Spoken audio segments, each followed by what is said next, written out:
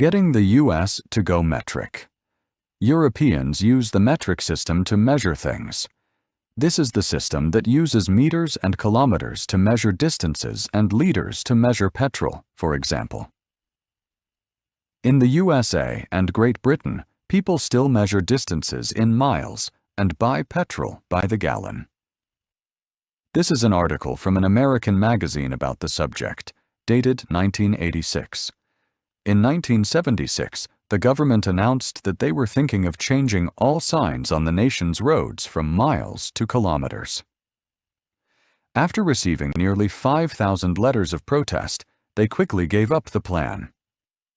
Although Congress in 1975 ordered a slow change to metric weights and measures, nothing seems harder to do than to get the Americans to use the metric system, which is used by the whole world, except Brunei, Burma, North and South Yemen, and the U.S.A. A study done in 1977 showed that more than 2/3 of the American people were against the metric system. A few years ago, the government thought they could get citizens to use the metric system within 10 years.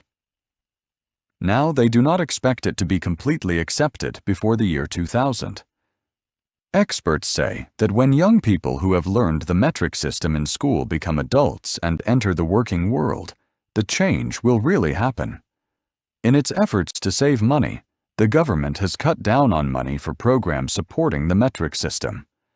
But a few major companies, including General Motors, John Deere, and IBM, are changing to metric because of their foreign markets.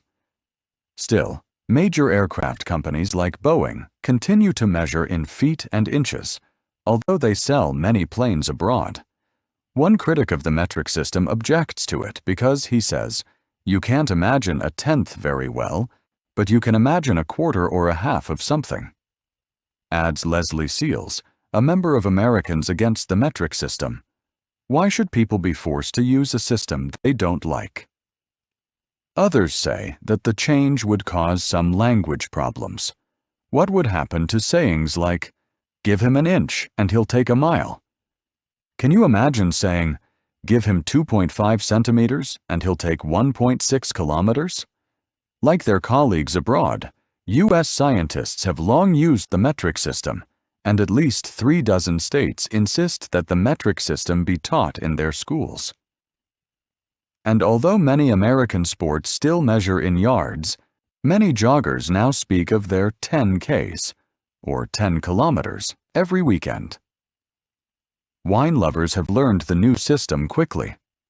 When the wine industry changed to the metric system a few years ago, people were happy to find that a liter of wine was a little more than the old quart bottle they were used to.